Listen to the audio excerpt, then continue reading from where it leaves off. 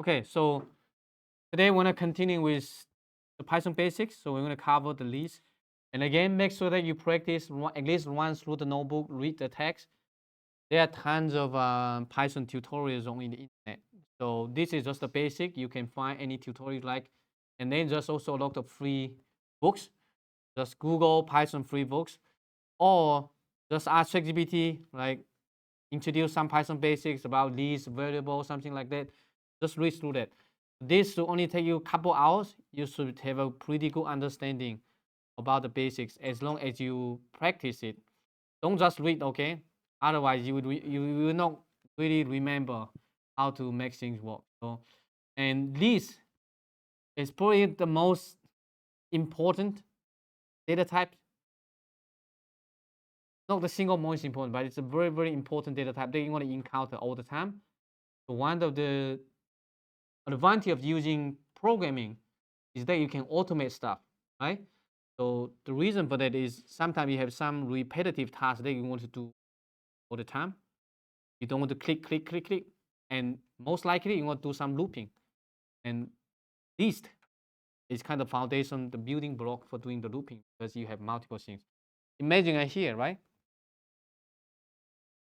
I'm trying to do everything, trying to grade assignment for all of you. Or I'm trying to extract the last name from your names, right? I don't want to manually go through each one. All I need is to put your names in a list, and then I say, okay, get the first name, and then be done easily. So this can be done within just a couple lines of code rather than you have to do it manually. So it doesn't matter. So for programming, when you're doing automation, it doesn't matter. It's 10 items, 100 items, 1,000. It's the same procedure. So that's a nice thing is that you don't. Once you design the workflow, everything can be just automated. So for today, I want to finish the list. Make sure that you know how to loop through the list and how to do automation to each item. So I'm going to give you some real world applications. Like why do you want to use? For example, you're trying to do think about here, trying to calculate I give you the population data for every county in the US, every county. And I ask you to find out the total population for each state. The reasonable ways. You don't assume that you don't have a state total population, but you have the county level or census tract level. You can have thousands of large items. And there's a column, for example, like indicating the state.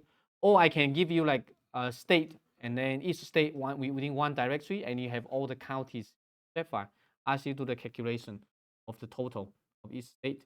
You probably don't want to open like individually each state and then just sum them up and then do it for one state, go to the next one, do that for 50 times. If after this course you are still doing that, you are a failure. I'll be ashamed that you took my class.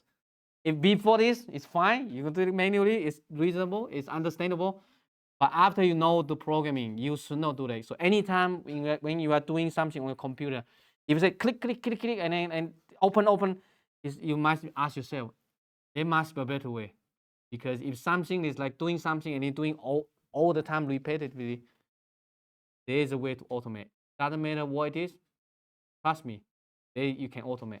So it can save you so much time. We're gonna go through this. This is like basically you need to understand. Once you understand this, you can do it pretty. So here, a list is by a square bracket. Okay.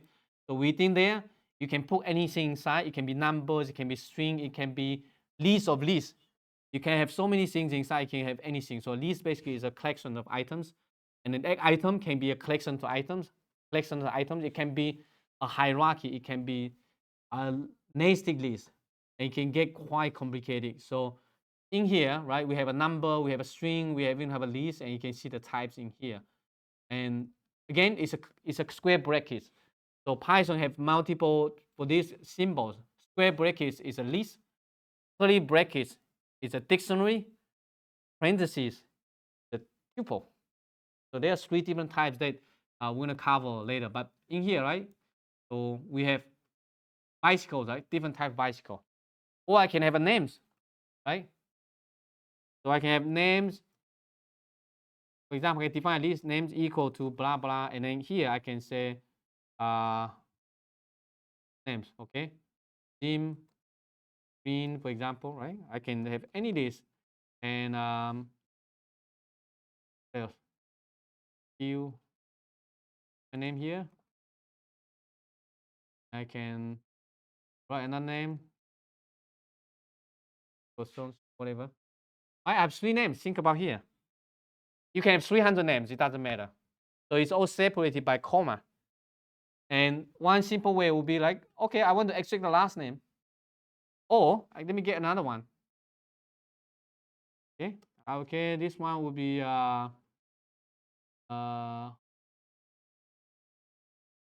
for this.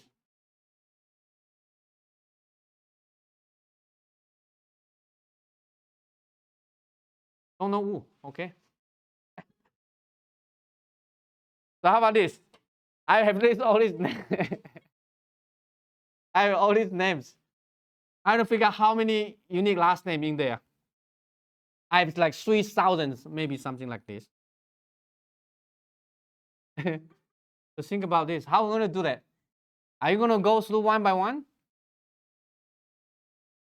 There's no equation, right? So in here, you can actually get this like one line of code. How many? Anytime you're doing something repetitively, think about what you want to do for one item, and then you can do the same thing, right? So here would be like if you have a name. So for the list, for the indexing, list indexing is like starting from 0, right? So if at least if I do the indexing, it's going to get the first one, and you can do the second one. So it's starting from 0. So this is super important. Different from other languages, indexing start from 1. So here, think about, right? I get the first one, indexing 1, and then how do I get the last name? -1. Where do we -1? Names -1, square brackets, 0, -1. Are you sure? I want to get the last name, not the last item. Oh, last name. How do I get the last name? So what's the pattern of getting the last name? Again, you need to make sure here it must be not hard coded. You need to be able to get all the last name of if I change to other names, right?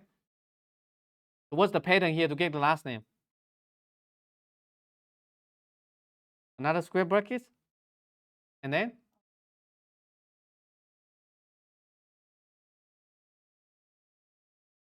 one, then this. So anyone? How do I get the last name? So Jim Green, right? How do you know the last name? What's the pattern?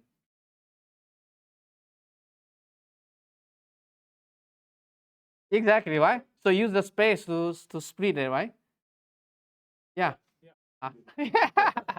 So here it will be very simple. It will be like this, or it will be dog split. Right? Pretty intelligent. It's going to be 1. See, get a green. So now it doesn't matter. I can change the indexing. For example, I can change to -1 is getting the last item, right? Ooh, right? After that, what else?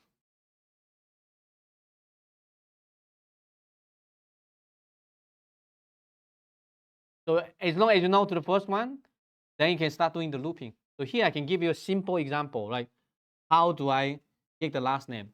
So the most powerful thing is do the looping. So looping, we're going to talk about later, but for now I can just give it to you like this. It's going to a for loop.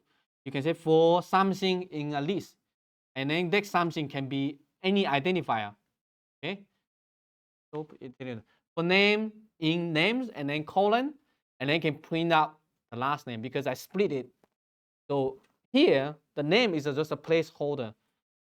It's for the item. So each item you're going to loop through the list. Take a look. Get all the last name, right?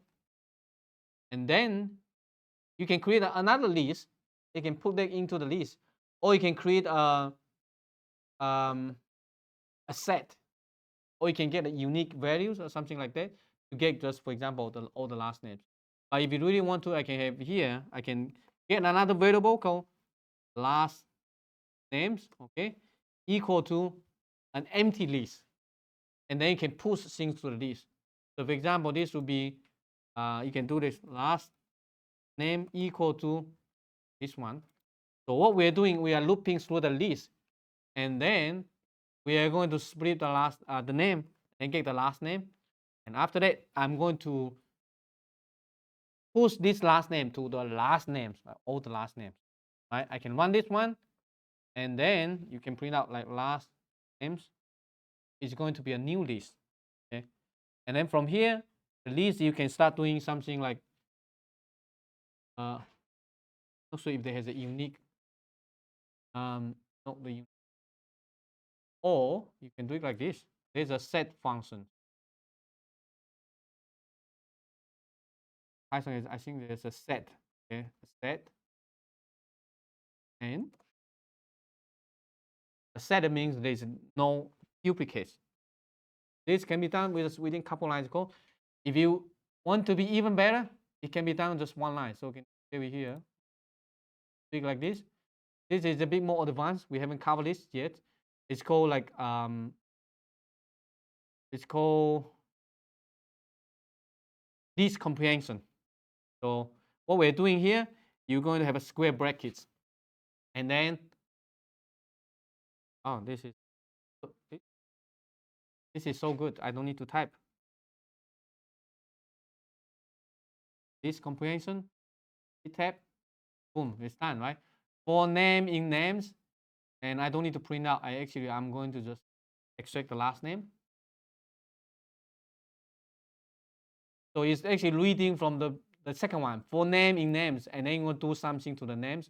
I'm going to split and then get the second one. Okay, the first the index one is actually the second item. So if you run this one, you get a list or something like that. Okay? And then I can just type set. Okay. So one line of code, you can get the work done. Don't need, you can basically, it's doing the looping. So now it doesn't matter, right? I can add as many as you want. I can say go, okay? And you can run this one again, get the same result.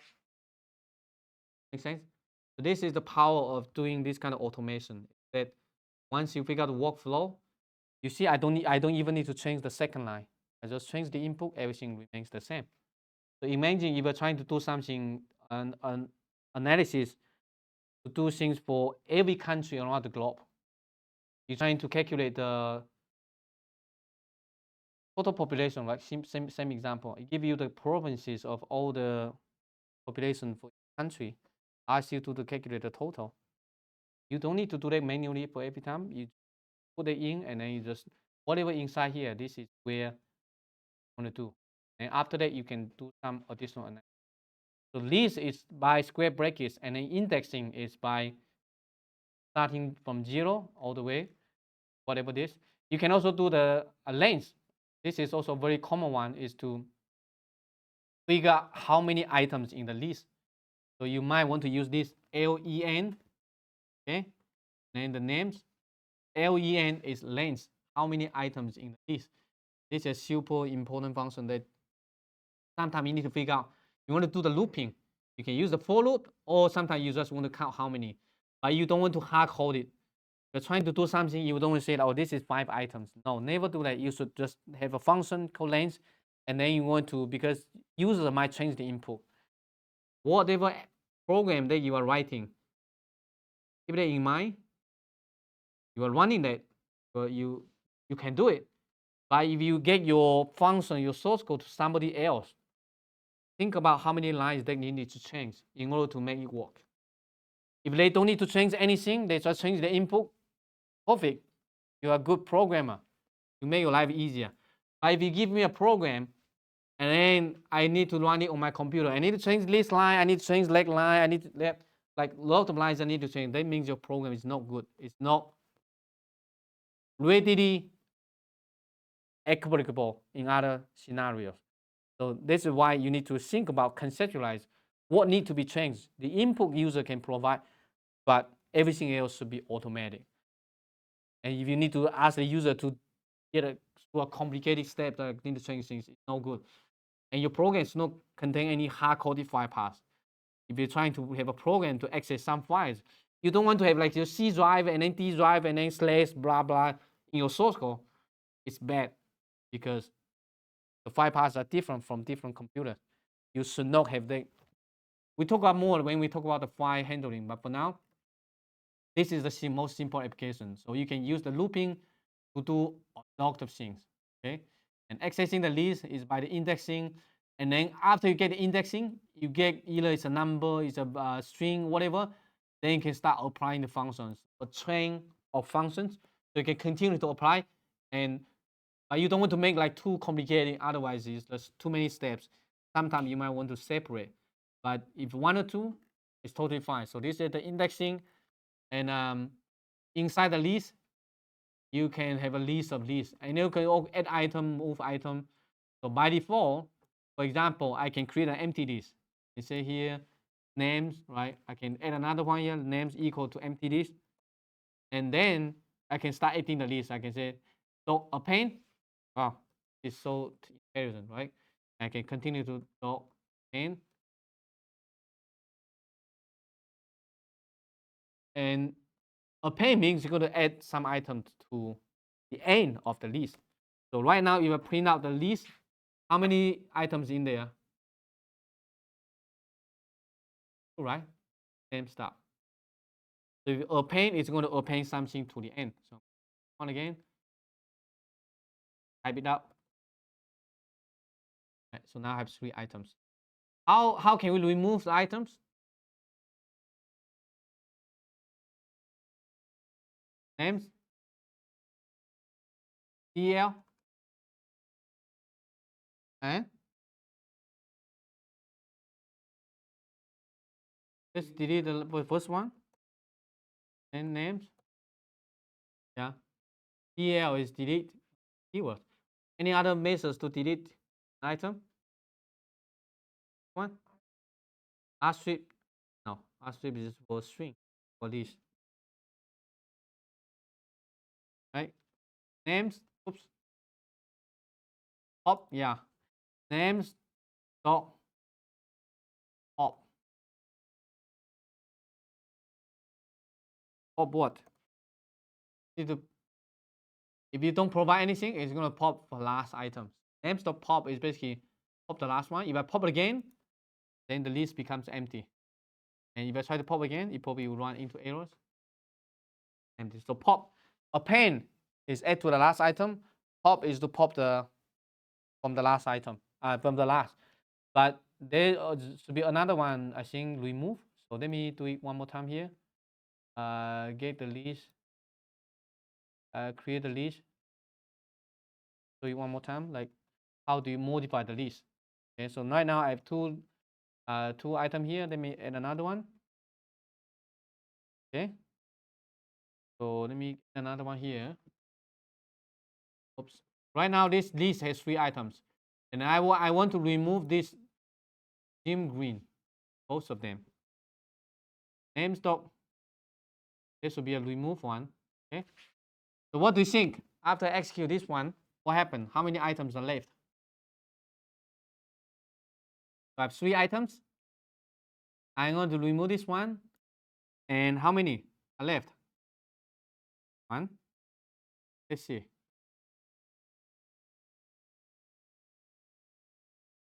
Ooh. What happened?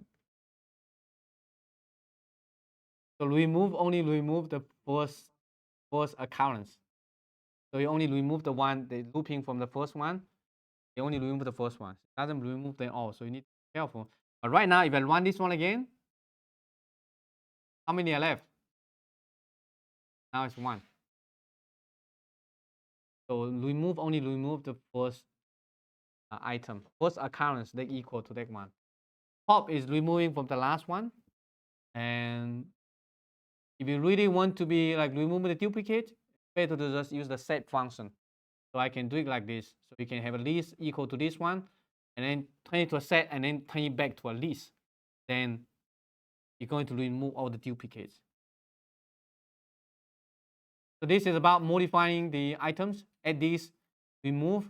You can also insert using the index. Okay, so if you insert, you can have an index. So the index is 0, it's going to insert to the beginning. If it's index 1, you're going to insert to the second one and 2. Right? So the insert allows you to insert into a certain position rather than append to the last one. So it's up to you how you want to do that. And removing the list, delete, pop. So these are multiple ways you can do that. So pop, you can also pop the index. Okay. By default, for example, you can pop the last one. Put the negative one, pop is going to, by default, if you don't provide, it's going to pop from the last one. But if you want to pop the first one, you can just provide the index, pop 0. So it's up to you. And these are all the items that are quite handy. And you can also do the sorting, right? So if you want to sort, for example, by alphabetical order, just dot sort. Then you will be able to sort all the number, the A, B, C, D, right? So you can just, so the list has many functions. So let me show you here, cast dot, just press dot and then see this. Here's the common one, append, clear. What is clear? Yeah, delete the whole thing. So remove, so becomes an empty one. Count. Count is used to count how many they will appear how many times. Not the length. So count, for example, here, I can count Audi. How many times? Oops. Yeah. What?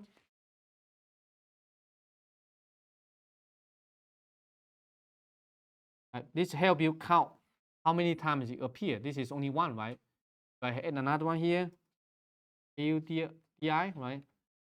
Now it's going to count how many.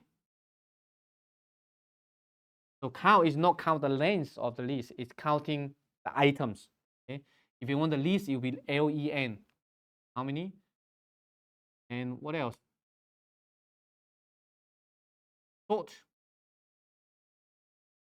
Extend, index. Extend is going to extend the list.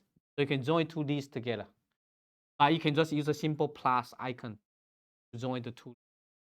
Pop, remove, or reverse, right? Reverse is similar to the, not the sort. Reverse is first one become the last one, last one become the first one. So basically reverse the list.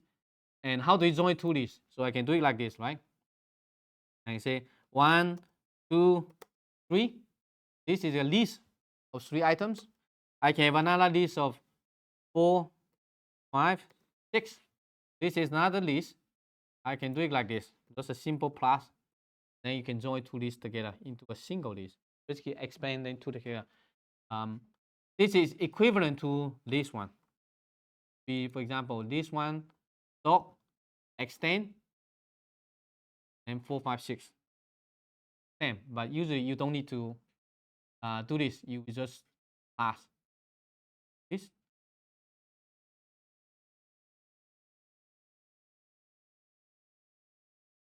Go to, not printing out anything. Extend.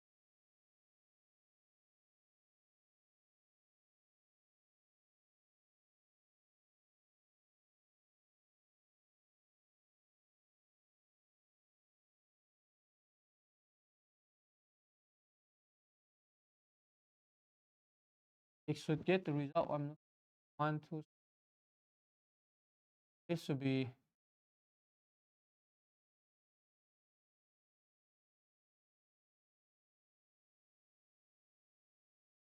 anyway. I think the easiest way is just the simple plus. So you can join multiple lists, right? I can do it again. Plus, I can do like 7, 8, 9 if you want to. Can be any list. So list can have an unlimited number of items inside. And sorting the list, you can also use the sorting function. So these two are kind of different. If you talk sort, it's going to apply to modify the original list. But sometimes you want to keep the original list, you don't want to modify it, then you use the sorted. This sorted, this one is the built-in Python function. Doc sort is applied to a list. So those are two different. You get the same result, but The difference is whether the original one is kept or not. If you use the dog sort, the original one is gone. It's being modified.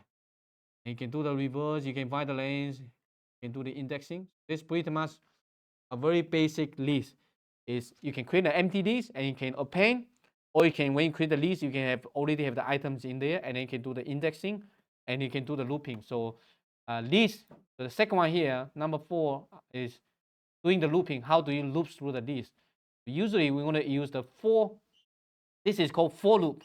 Okay, for loop, and then for something in something. You can print it out. Okay, so this is one way you can loop through the list. You can also use the indexing. Sometimes when you loop through the list, you also want to figure out what's the index of each item, because you might be doing something. You might, for example, here I want to assume like I have 10 people, 10 names in here. When I print out, I want to have like 1 and then colon and then the name, 2 colon the name, 3 colon the name, 4, something like that, right? So in this way, you probably want to have the access the index, and let's see how we can do this one. So it's pretty much very similar. You can define the name, the variable here, and you can say for.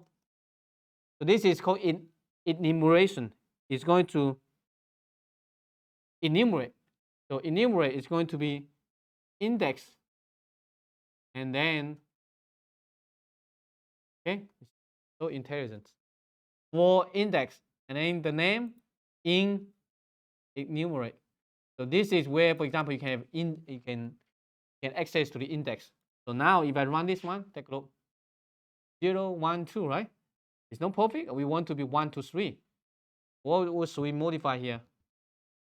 How should we modify to get 1, 2, 3?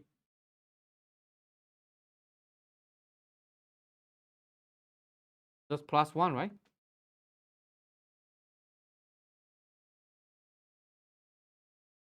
One, two, three.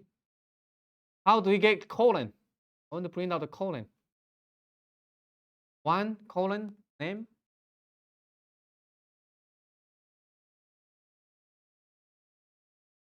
Remember what do we? How do we do that? Do you remember what we cover like F string? F string, right? You'll be F and then double quotes, right? So in here you can do whatever you want.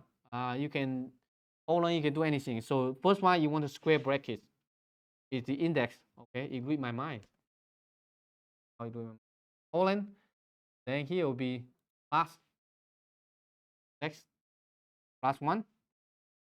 Look, right? How about this? I want a title case. Okay, name. We do that. Uppercase the first character. How should we do that? Oh, title. Tab. So as long as you know how to do that for one item, you can do that for all of them. All we need is just a loop for something in something. If you don't need the index, then you can just for something in something. If you need the index, it will be for whatever the index, and then the magician or whatever, and then enumerate. Enumerate, that means it's going to return not just the item, but also the index. And keep in mind, these things in here, it doesn't matter, okay? This can be anything, so it's just a temporary placeholder. I can say for I name in blah blah, it should work the same way, okay? I and name, because it's just a placeholder. It will not change the result. So you can use to any name you like. So this is the most like common way of doing the looping if you also want the list. So in that way you can count, for example, how many you can loop through that and also get the index number. Questions?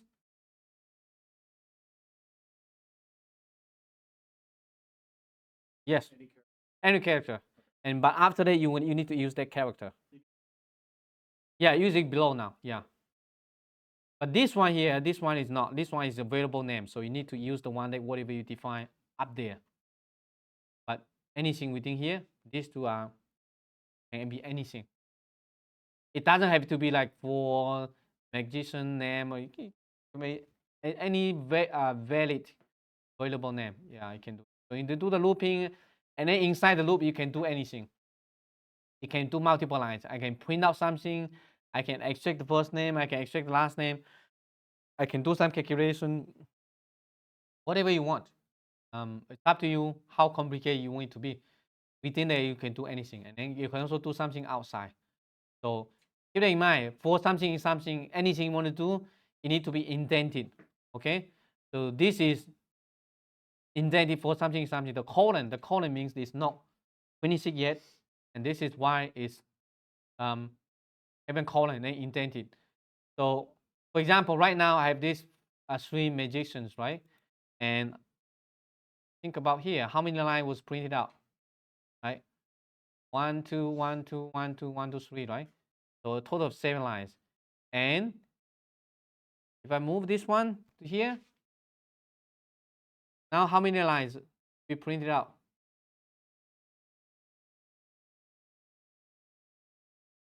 How many lines?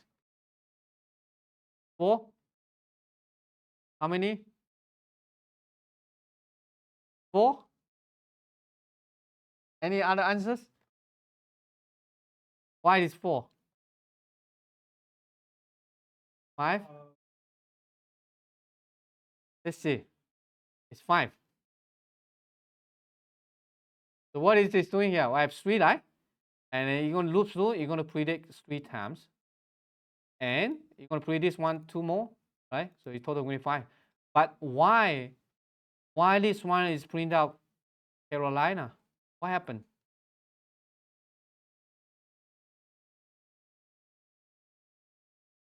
Say it again. Yeah, no, in the loop, I know, but why is printed out Carolina?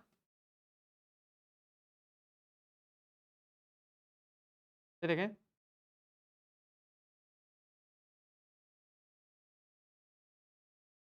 The correct answer. So keep in mind, when you're doing the looping, right? Over here, let me forget about this. Well, if I just run these 3 lines, you're going to print those 3 lines. And you need to keep in mind, when I'm doing this is a temporary variable. And that variable, when it's doing the looping, so the first time is equal to this one, second time to this one, last time equal to this one. And it's not deleted from the memory. Although you finish the loop, it's that memory, that one is still in the memory. So let me see if I can see the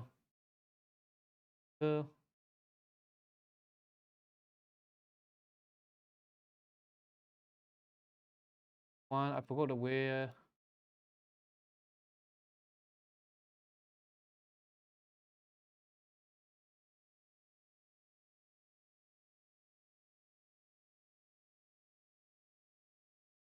So what this one is doing is when you define this variable, although it's temporary. So right now, if I get out this one, right, I can still type this variable name.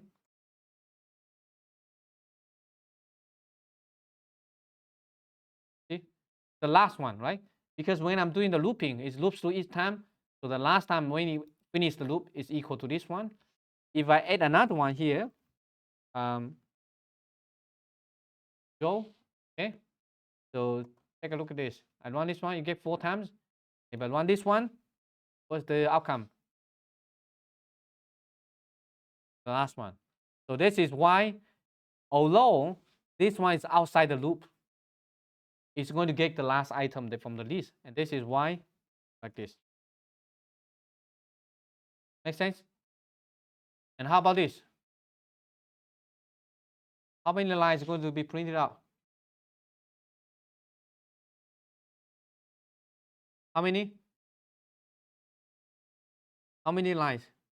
So I have 4 names. I put this all within the 4 loops. How many times? 12. Right. So we have 4 items. Each one is going to be printed out 3 times.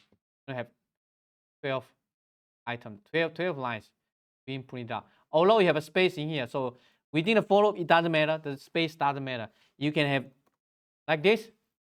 How many lines going to be printed out? The same. It's still going to be 12. So the line doesn't matter. It's going to be ignored. So it doesn't mean that this is bad. You don't want to do that. That creating empty space doesn't do anything. It's not good call. So if you want to do that, you usually want to. And I do something like this.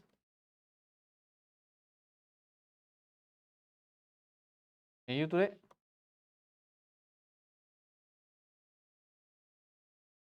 Does it work?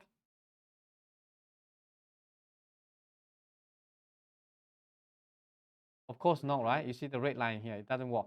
Because anytime when you have a colon, it's not finished yet. You need to have something indented in there. If you just go to the next block, it's not going to work. I can do this. This will work.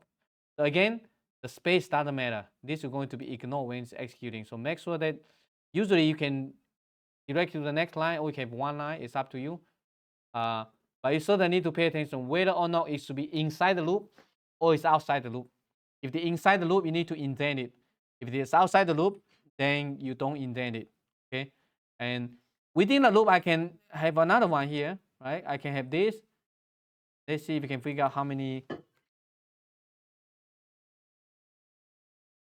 Okay, I can have another loop inside. I can say for measure in measures, okay, or classes. Measures is fine. We get a measures in here. Measures equal to first one, geography, okay. Second one, CS. For measure in measures means okay, I'm measuring blah blah. So now I have something like this. So tell me how many lines will be printed out.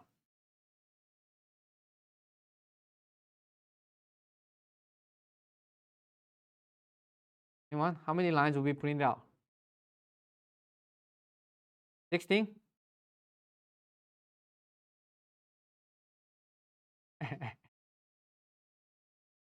Any other answers? How many? I have 4 names. I have one loop inside, and inside we have another loop. And I have one outside. So how many lines? So how many lines for each item? Okay, you can hear 1, 2. This how many? 3, 4. 4 lines, right? And then 4 items, going to be 16. And then with the last one, it's going to be 17. So it'll be a total of 17. You can count if you want to. Each item going to, and then you have the last one. So 17 times. So this is when you need to pay attention to the loop. Anytime you have a loop, you need to multiply by how many items in it. This is important. So this is pretty much 4 to the power 2, right? 4 for 16, then plus the last one. So looping sometimes can be very tricky, and make sure that you indent. Whether it's indented or not, it's going to make a huge difference. So if you forgot to indent, then it's going to fail. And again, the line doesn't matter. Empty lines, you're going to be ignored when you're doing the looping. Don't forget the semicolon, the colon. That one is required. If you forget it, it's going to fail. It's going to show you the errors. And besides creating the list directly, you can also use the range function. So the range allows you to also create items. So this is particularly useful. You want to create numbers, right? A number from 1 to 100, number from 1 to 1,000. It doesn't matter. So one thing you need to pay attention is for beginners, make sure you understand that this is the beginning and also the end. The ending number is excluded. So if you have a range from 1 to 5, it's actually -1. So it's 1, 2, 3, 4. So for example, here I want to generate a number from 1 to 10. What should I be putting in here? Yeah, range 1 to 11. So always make sure that you need to, this is basically a stopping requirement. When they stop, it's not going to get it. So it's not inclusive.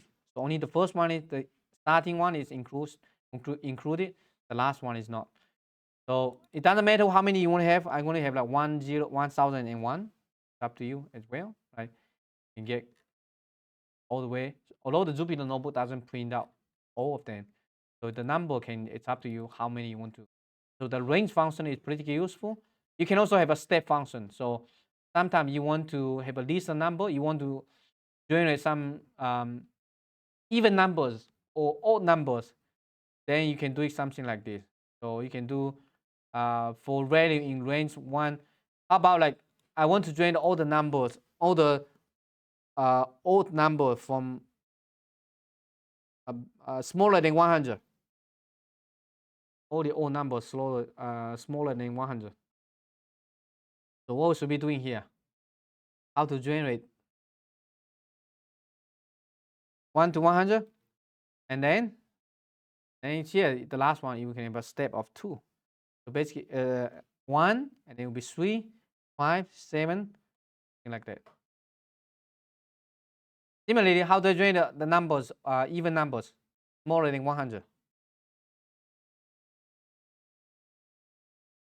Even numbers, starting from 2. Right? It's very flexible, so you just need to know how to put it. So the range function is used to generate a list. You can have like, it doesn't have to be 2, it can have 3, 4, it's up to you, right? 5. So this is the step. So the start, the end, and also the step used to creating the list. And what else? And you can use to do the looping for something in range and you're going to append. So for example, if you're trying to calculate the square of all the numbers, it's like I ask you to calculate the total of all the squares smaller than 10. The numbers, square of all the numbers less than 10, right? So I'm going to have 1 square, 2 square, 3 square, all the way to 10, right? So you have something like this. So the result, you're going to generate a list, and then after that, you can just like sum square, then get the total sum, right? So we sum square, and then sum, right? 385.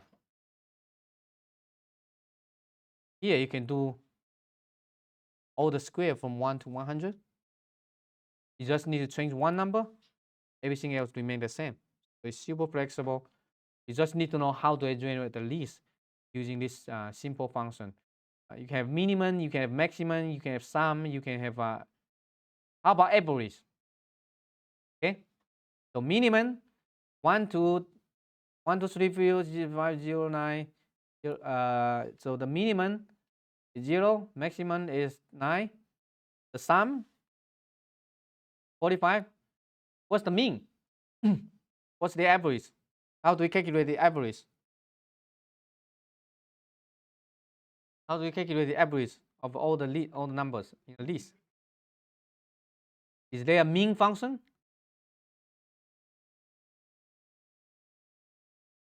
No. I don't know why Python doesn't have a mean function. Sum and then divided by length. Yeah. This is where you calculate the average. How do I figure out the median of a list? Right? How do I figure out the median of the list? I can add another one here, 10, 20, and 1, and 5. So anyone can tell me how to calculate the median value of this list? Of course, there's other packages out there, but we're just using Python, using what we have covered so far. How do we calculate the median value of the list? Can you tell it from here? How do you actually do it manually if you need to calculate to find out the median value? What's the first step, second step, third step?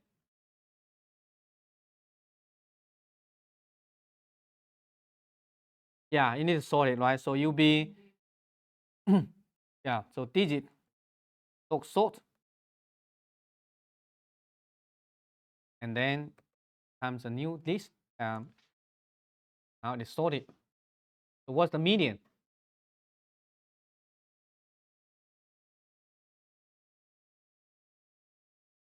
Yeah, I know it's 5, but how do you actually do it programmatically?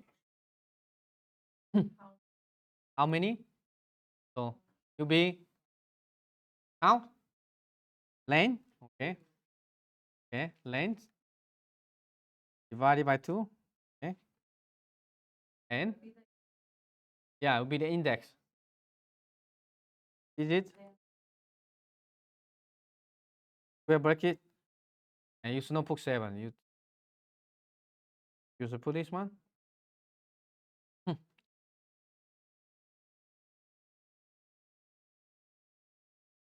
Oh, what happened? These indices must be integer, like not float. So what we do? Convert this to an integer.